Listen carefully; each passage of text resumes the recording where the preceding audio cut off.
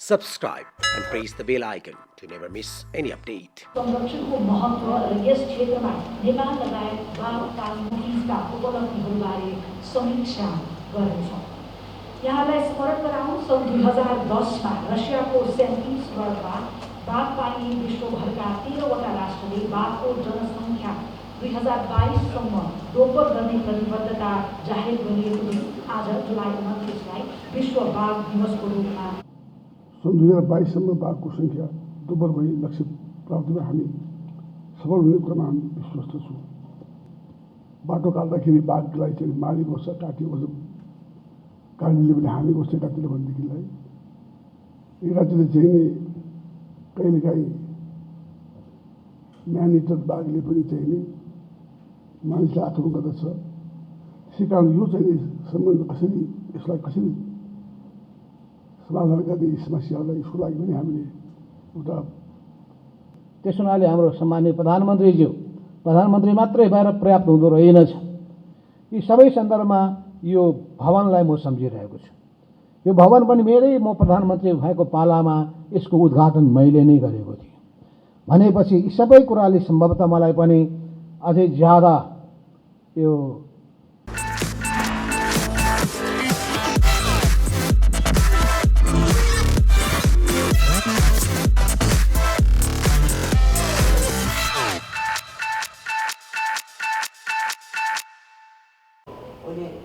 बाहिर पनि हामीले गरेको छ भनेको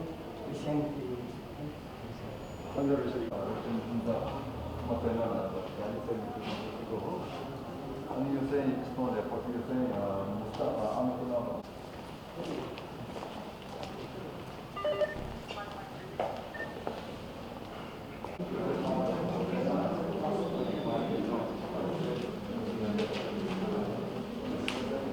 को सन्दर्भमा सम्माननीय प्रधानमन्त्री श्री शेरबहादुर देउबाजीलाई हार्दिक कृतज्ञता र आभार र उहाँको नेतृत्वमा संरक्षण क्षेत्रले अझ भनौँ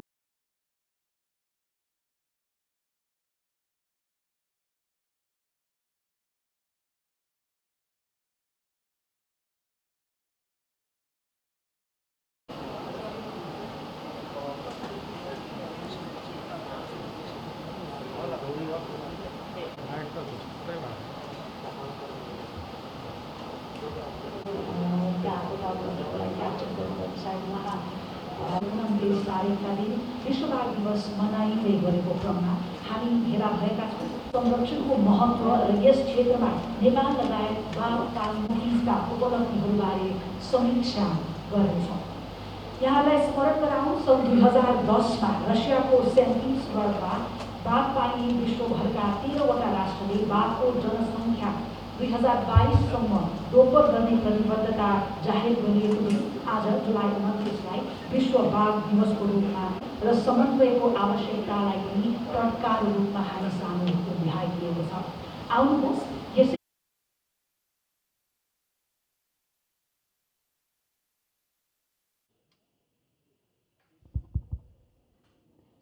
Our sincere apologies. I'm sure I'm audible now.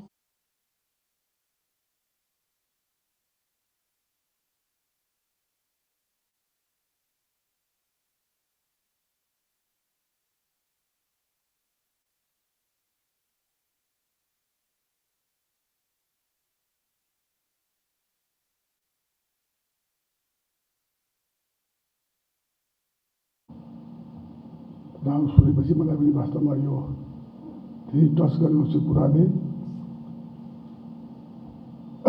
यो 19 जुलाईका दिन संसारभर नै अन्तर्राष्ट्रिय बाघ दिवसको रूपमा मनाइने गरेको छ। बाघको धेरै कारणले बाघ चाहिँ आवश्यक छ। बाघका निम्ति जङ्गल आवश्यक छ। जङ्गल हाम्रो चाहिँ धेरै कुराका निम्ति, हाम्रो इन्भाइरोमेन्टका निम्ति, हाम्रो इकोलोजिकल समस्या समाधानका लागि पनि जङ्गल आवश्यक छ। जङ्गल नभइकन बाघ टिक्न सक्दैन। यसैले चाहिँ यो जङ्गल र बाघ टेकरखाका लागि आवश्यक कुराहरू भन्ने कुरा मैले भनिरहनु पर्दैन।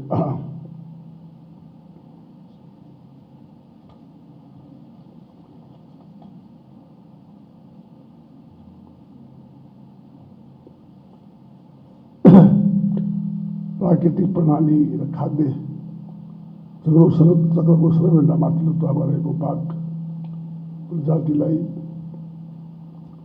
सन्तुलित प्रणालीको सूचकको रूपमा पनि हेरिन्छ। यदि कुनै पनि वन्यजङ्गलमा स्वस्थ बाघ छ भने त्यो अन्तर्गत रहेका सम्पूर्ण जीवित प्राणी लगायतका पर्यावरणीय प्रणाली स्वस्थ र सन्तुलित छ भन्ने सूचित गर्दछ।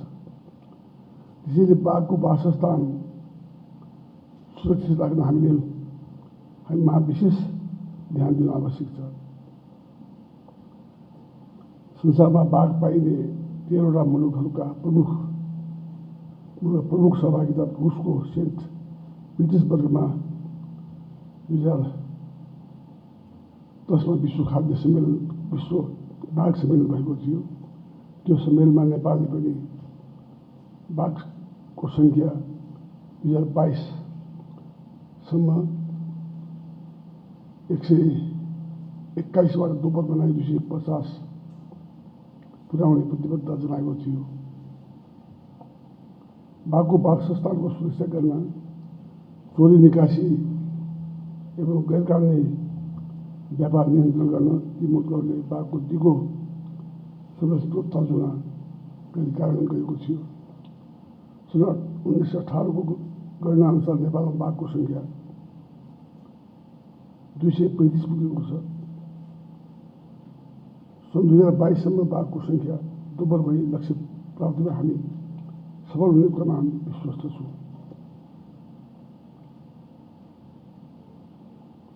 बाघ संरक्षणका लागि नेपालले विभिन्न कुञ्जहरूको स्थापना गरी वासस्थान सुधारका कार्यक्रम निरन्तर गर्दै आएको छ भने चोरी सिकारी नियन्त्रणका लागि नेपाली सेनाबाट नियमित गस्ती सञ्चालन, वन्यजन्तुको गैरकानुनी व्यापार नियन्त्रणमा समेत नेपाल प्रहरीको गैरकानुनी साझेदारी, नेपाल प्रहरीको निगरानी साझेदारी संस्थाको निरन्तर सहयोग, स्थानीय बासिन्दाको सहभागितामा कार्यक्रमहरू सञ्चालन गरेको हुनाले नेपालले विश्व सामु उल्लेखित नतिजा हासिल गर्न सफल भएको छ।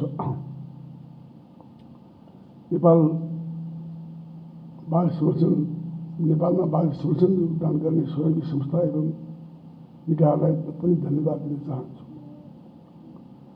विकासका पूर्वाधार निर्माणको कारण बाघ लगायत वन्यजन्तुको स्वाभाविक विचरणमा अवरोध आइरहेको हामी देखिरहेका छौँ। यसकारण बाघका लागि उपयुक्त उपायको खोजी गर्नु आवश्यक छ र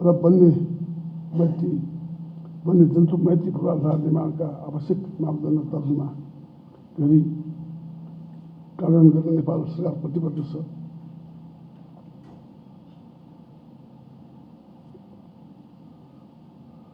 पर्यटनको विकास गरी स्थानीय जनताका लागि रोजगारीको अवसर वृद्धि गर्दै उनीहरूको आय स्तरमा पनि सुधार ल्याउन सकिन्छ। यसबाट वन्यजन्तु संरक्षणप्रति स्थानीयको सकारात्मक भावना सिर्जना हुन सक्छ। त्यसैले बाघ संरक्षणबाट प्राप्त गर्न सकिने अवसरहरूको उजागर गर्दै यसको दिगो संरक्षणलाई सुनिश्चितता प्रदान गर्न हाम्रो दायित्व छ। र बाघको लागि बाघ र हाम्रो मानवको बिचको केही समस्याहरू छन्। त्यसै कारण चाहिँ कति ठाउँमा यो बाटो काट्दाखेरि बाघलाई चाहिँ मारेको छ, काटिएको छ, कालीले पनि हानेको छ एकातिर भनेदेखिलाई। एकातिर चाहिँ नि कहिलेकाहीँ म्यान इटर बाघले पनि चाहिँ नि मानिसलाई आक्रमण गर्दछ। त्यसै कारण यो चाहिँ सम्बन्ध यसलाई कसरी समाधान गर्ने यी समस्याहरूलाई यसको लागि पनि हामीले एउटा उपाय निकाल्नु अति आवश्यक छ। मानव बस्ती नजिकै पनि जङ्गल छ, अब जङ्गलको बिचमा बाटो छ, त्यसैले चाहिँ त्यो बडा अप्ठ्यारो छ स्थिति चाहिँ। कहिलेकाहीँ चाहिँ नि यो गाडी गोठबाट पनि बाघ मर्दछ, कुनै मानव बस्ती नजिकै पनि जङ्गल छ, बाघ छ त्यहाँ, कुनै चाहिँ नि म्यानेजर बाघ छ भने मान्छेले खतम पारिदिन्छ। त्यसैले यस्तो अवस्थामा पनि एउटा उपाय निकाल्नु अति आवश्यक छ। धेरै ठाउँमा यस्तो अब कति समाज के भन्छ भने मान्छे मर्दा केही छैन, बाघ मर्दा चाहिँ ठुलो दण्ड हुन्छ भन्छन् मारेपछि। त्यस्तो हुँदा यस्तो किसिमको चाहिँ अवस्था छ। त्यस कारण चाहिँ मानव र चाहिँ बाघको बिचको अप्ठ्यारो स्थितिलाई पनि समाधान गर्नु छ भनेदेखिलाई वर्षै बाघले मानिसलाई आक्रमण गरोस् त्यो पनि हेर्नुपर्ने कुराहरू छन्। यसलाई चाहिँ सबै एउटा उपाय निकाल्नका लागि म सबै मित्रहरूलाई यो चाहिँ वन्यजन्तु संरक्षणका लागेका चाहिँ मित्रहरूलाई र चाहिँ जनताहरूलाई र चाहिँ यो टाइगर लभर भन्छ, टाइगरलाई चाहिँ मन पराउने बचाउनुपर्छ भन्ने चाहनेहरूको बिचमा पनि एउटा राम्रो समझदारी भएर गर्न सक्यो भनेदेखिलाई मलाई लाग्छ यो टाइगर अझ दोबर तिब्बर भएर हामी चाहिँ नेपालमा बाघ हेर्न पनि मान्छे आउनेछन् र चाहिँ हाम्रो चाहिँ यो बाघको चाहिँ हामीले गर्न सक्यो भनेदेखिलाई संसारभरबाट हाम्रो टुरिज्मको विकास हुनेछ, बाघ हेर्न आउने मान्छेको सङ्ख्या पनि बढ्नेछ। त्यसै कारण चाहिँ हामी सबैले यतातिर पनि ध्यान दिनुपर्छ भन्ने लाग्छ र यसले गर्दा हाम्रो आर्थिक स्थितिमा पनि सुधार हुन्छ भन्ने विश्वास गर्छु। यति भन्दै म चाहिँ यो यसमा धेरै बुझेको मानिस होइन, तैपनि मैले यहाँ धेरै कुराहरू सुनेपछि मलाई पनि लाग्यो बाघ अति आवश्यक बचाउनुपर्छ भन्ने लागेको छ। हामी सबै मिलेर बचाउँ भन्दै बिदा दिन्छु। धन्यवाद। जय नेपाल। कता कता आनन्दको पनि अनुभूति हुन्छ, गौरव बोध पनि हुने गर्दछ। तर यी सबै कुराहरू सम्भव हुने थिएन यदि राम्रो मैले सहयोगता नपाएको भए, राम्रो मन्त्री हाम्रो दीपक बोहरा जस्तो त्यसैमा डेडिकेटेड व्यक्ति मैले नपाएको भए सम्भवतः र सिङ्गो टिम त्यही हिसाबले अगाडि नबढेको भए त्यो सम्भव हुन सक्ने थिएन।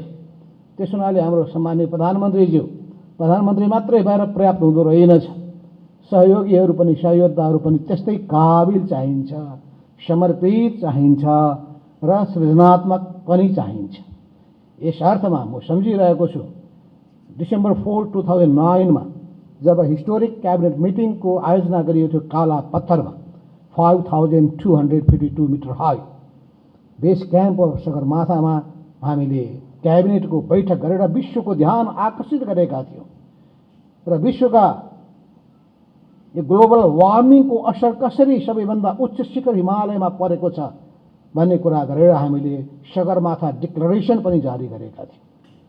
त्यसै गरी म सम्झिरहेको छु 7 जनवरी 2010 मा चितवन नेसनल पार्कमा हामीले यो इन्भेसिभ स्पेसिस मिकानिया मिक्रान्थालाई त्यहाँ त्यो बनझार भन्छन् नि, त्यसलाई चाहिँ हामीले यो खेल्ने अभियानमा पनि म त्यहाँ पुगेको पनि म स्मरण गरिरहेको छु।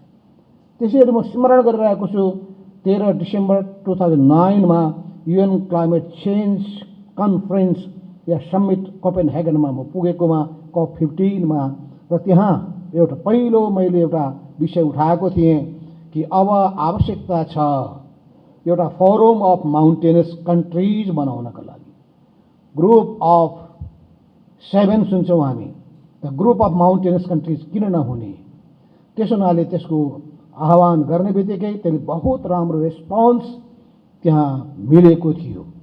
यस अर्थमा त्यसको एउटा समिट गर्ने मेरो चाहना अझै अधुरो छ।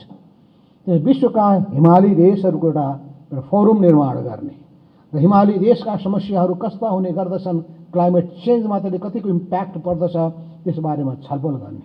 तर अहिलेको विषय अहिले टाइगर प्रिजर्भेसनको बारेमा छ। ग्लोबल टाइगर डे हामी मनाइरहेका छौँ। यस अर्थमा म सबभन्दा बढी सम्झिरहेको छु नोभेम्बर 23, 2010 मा global tiger summit Saint Petersburg रसियामा भएको थियो।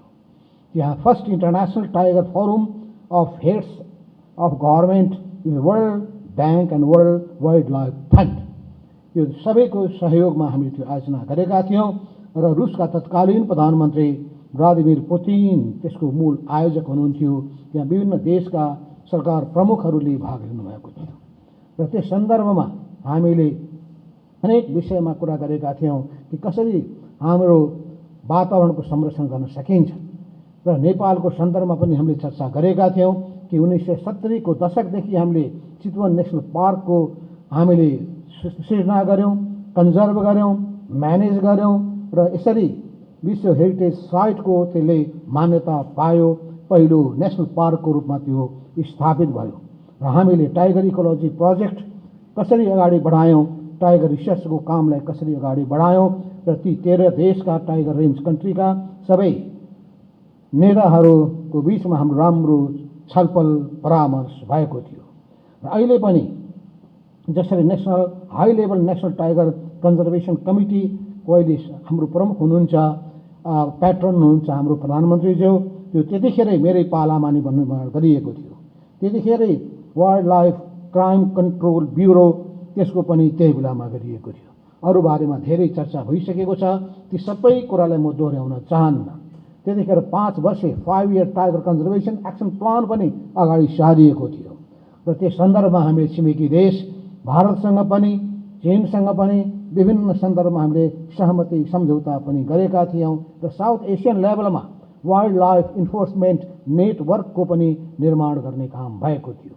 यस अर्थमा यो national trust for national conservation यही मे 2008देखि डिसेम्बर 2009 र पछि गएर फेब्रुअरी 9, 2010मा भएको थियो। यी सबै कुराहरूको सन्दर्भमा म सम्झिरहेको छु कि जब हामीले क्लाइमेट चेन्ज काउन्सिलको पनि गठन गरेका थियौँ 2009 को जुलाई 23मा। यी सबै सन्दर्भमा यो भवनलाई म सम्झिरहेको छु। यो भवन पनि म प्रधानमन्त्री भएको पालामा यसको उद्घाटन मैले नै गरेको थिएँ भनेपछि यी सबै कुराले सम्भवतः मलाई पनि अझै ज्यादा यो इन्भाइरोमेन्टल इस्युमा आकर्षित गरेको थियो र इन्भाइरोमेन्टको इस्युमा मैले इन्टरनेसनल धेरै सेमिनारहरूमा भाग लिएको छु। इन्टरनेसनल सेमिनारमा इन्टरनेसनल एउटा इन्स्टिट्युसन छ, eco safety forum for ecological safety भन्ने एउटा संस्था, त्यो संस्थाले धेरै ठाउँहरूमा त्यसको कार्यक्रम गरेको थियो। त्यहाँ नेपालको सन्दर्भमा पनि विश्वको पर्यावरणको संरक्षणको बारेमा पनि कुराहरू गरिएको थियो र म सम्झिरहेको छु यही बेलामा कि त्यतिखेर अमेरिकाका राष्ट्रपति ब्यारक ओबामाले लाई मैले जब यो उपहार दिन खोज्दाखेरि उहाँले भन्नुभएको थियो, म सम्झिरहेको छु मैले कालो पत्थरको उपहार दिँदाखेरि it will remember me, it will all time make me serious that how mountains are melting, how snows are melting भनेपछि कसरी हिमाल पग्लिरहेको छ, पग्लिरहेको हिमाल कालो पत्थरमा परिणत भइरहेको छ। हो, यी सबै कुराहरूको सन्दर्भमा हामीले फरेस्टको कन्जर्भेसन गर्नु धेरै जरुरी छ। आज हामी टाइगर डे मनाइरहेको बेलामा टाइगरको सुरक्षाको सन्दर्भमा धेरै कुराहरू आइसकेको छ र त्यस सन्दर्भमा मैले धेरै भन्नुपर्ने केही छैन भने तपाईँहरूले आफै प्रस्तुत गर्नुभएको छ। थ्रेट एन्ड च्यालेन्जको सन्दर्भमा 7वटा थ्रेट र च्यालेन्ज राखिसक्नु भएको छ, रोड म्याप अगाडि सार्नु भएको छ, 9वटा विषयवस्तुलाई चाहिँ तपाईँले अगाडि सार्नु भएको छ। यी सबै सन्दर्भमा मुलुकको दिगो विकाससँग प्रकृति र जैविक विविधताको संरक्षण र वास्तवमा प्रत्यक्ष रूपमा जोडिएको छ। यस अर्थमा नेपालको बृहत आर्थिक विकासमा उल्लेखनीय टेवा पुर्याउने सन्दर्भमा पनि हामीले यो प्रकृति संरक्षण जुन मानव जातिको साझा चासो र चुनौतीको विषय बनेको छ, यसमा सबै राष्ट्रिय अन्तर्राष्ट्रिय समुदायहरूको जुन गम्भीर रूपमा ध्यान आकर्षित भएको छ। यस सन्दर्भमा मैले भन्नै पर्छ कि त्यतिखेर मैले जब यहाँ पेटर्सबर्गमा बोलेको थिएँ त्यसको म 2टा अंश तपाईँलाई पढेर सुनाउन चाहन्छु। मैले भनेका थिएँ, on behalf of the government of Nepal I join other fellow delegates in our common commitment to accomplish the ambitious at realistic target of global tiger recovery plan for doubling the tiger population by 2022. However, least developed nations like Nepal, facing pressing economic and developmental problems, need more investment and substantial support in implementing the Global Tiger Recovery Plan and in enhancing international, institutional technical as well as technological capacities to ensure that the target is met. And फेरि मैले भनेको थिएँ, I would like to draw your kind attention to the fact that tiger conservation is our common and shared responsibility. Let us once again reiterate our commitment in doubling the target tiger population by 2022 with a view to protecting this unique creature for our future generations. Only a concerted effort in promoting conservation, study and research of this unique animal and its habitat on the part of tiger range countries can reverse the looming threat tigers are facing today. त्यसो हुनाले यी सबै कुराको सन्दर्भमा आजको दिनको यो महत्त्वलाई उजागर गरेको छ। हामीले जुन टार्गेट फुलफिल गर्ने दिशामा अगाडि बढेका छौँ। 121 बाट 235 को संख्या गणना भइसकेको छ। 1 वर्षको समय बाँकी छ। 250 भन्दा बढी संख्यामा पुर्याउने संकल्पका साथ त्यसको रक्षा कसरी गर्नका लागि सिरिज अफ मेजर्स चाल्नुपर्ने कुरा छ। यसमा जुन जुन कदमहरूको बारेमा मैले व्याख्या फेरि गरिरहनु पर्दैन। हामी सबैको ध्यान जाओस् र यसको सम्बन्धित निकायले विशेष गम्भीरताका साथ ध्यान देओस्। यी सबै कुरा राख्दै म मित्र राष्ट्रहरूबाट जसरी उहाँहरूका अनुभवहरू, चाहे भारतका अनुभव होस्, रुसको अनुभव होस्, बङ्गलादेशको अनुभव होस्, चाहे भियतनामको अनुभव होस् या अन्य भुटान लगायतका देशहरूको सबै 13 वटा देशका अनुभवहरू के छन्, त्यो अनुभवहरू पनि लिएर सबैका राम्रा अनुभवहरू हाम्रो देशको सन्दर्भमा लागू गरेर अगाडि बढ्न सक्ने हो भने हामी यो प्रकृतिको यो युनिक क्रिएचर यो बेङ्गाल टाइगरदेखि लिएर टाइगरको कन्जर्भेसनको काम गर्दै सिङ्गो नेचरको प्रोटेक्सन गर्ने कुरामा लाग्न सक्दछौँ। मानिसको निम्ति प्रकृति जरुरी छ। प्रकृति बिना मानिस बाँच्न सक्दैन। प्रकृतिको रक्षा गरौँ, मानव जीवनको रक्षा गरौँ। यही आह्वान गर्दै आफ्नो कुरा टुङ्ग्याउँछु। हस्त, धन्यवाद, नमस्कार। आज प्रकृति रिसाएर जताततै बाढी, पहिरो, खडेरी, अतिवृष्टि, अनावृष्टि, महामारी जन्य रोगको आक्रान्तले हामी सबै त्रसित छौं। मानिसले विकासका नाममा खोलाको बाटो छेक्यो।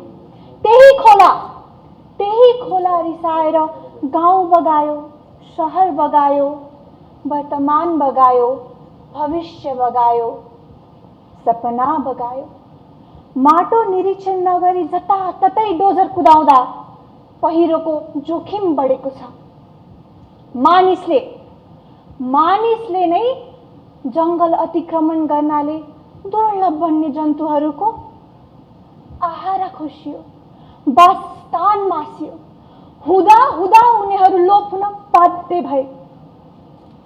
जंगल गइजाउने पाटे बाघ आज अत्यन्त दुर्लभ जनावरहरूको सूचीमा परेको छ। सबै मेरा सन्तान, म धरती माता, सबै मेरा सन्तान। तर आज एक सन्तानले अर्को सन्तानको प्राण खोज्दै आउँदा म माताको मुटु पीडाले भक्कानिएर आएको छ। म माताको मुटु पीडाले भक्कानिएर आएको छ।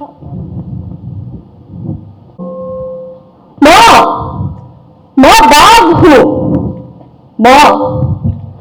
बाघ हूँ।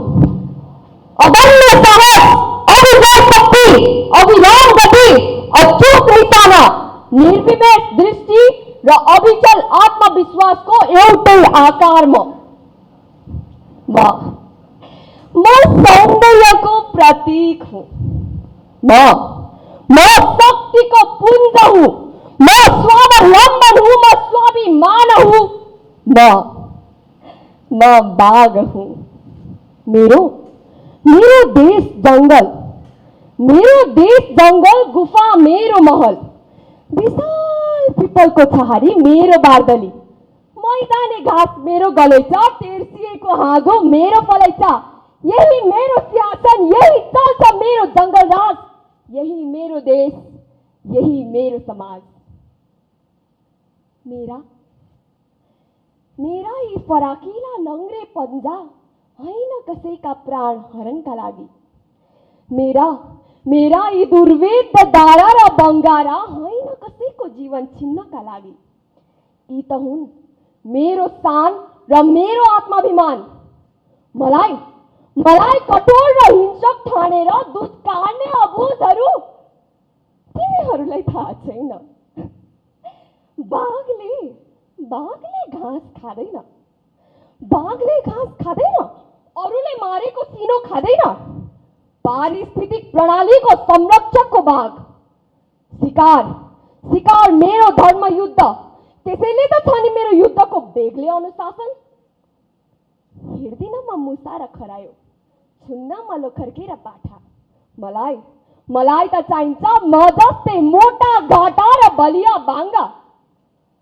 झम्टेर बन्दिन म कायर आफू भन्दा कमजोर माथि। मेरो शक्तिको वार पार तिमीलाई के थाहा? महाकालीलाई ढाडमा राखेर महिषासुरको घोडा चितोड्ने म नै हुँ। हिरण्यकश्यपुलाई चिरेर संसारलाई भयमुक्त पार्ने पनि म नै हुँ। तिम्रो इतिहास संसारको जुन बिन्दुसम्म पुगेको छ, मेरो इतिहास पहिले नै त्यहाँ उपस्थित छ। इतिहासमा हामी एक अर्काको सहारा। अहिले तिमी बलियो म बिचारा, तिमी बलियो म बिचारा। त्यसैले आऊ एउटा सम्झौता पत्रमा हस्ताक्षर गरौँ। यो प्रकृतिमा हरियाली र खुसियाली छरौँ। म यस धरतीको सङ्कटापन्न प्राणी। म लोप पारिस्थितिक प्रणाली खलबलिन्छ, प्रकृतिको सौन्दर्यमा कुरूपता थपिन्छ। त्यसैले जसरी कालीले मेरो ढाड माथि चढेर गरी नसुर समार, त्यसरी तिमी पनि गरिबी रूपी असुरमाथि विजय प्राप्त गर्न उक्ल मेरो काँधमा र चढ समृद्धिको सगरमाथामा। आऊ उक्ल मेरो काँधमा र चढ समृद्धिको सगरमाथामा, जहाँबाट हामी सबैको सपना साकार हुनेछ, जहाँबाट हामी सबैको सपना साकार हुनेछ।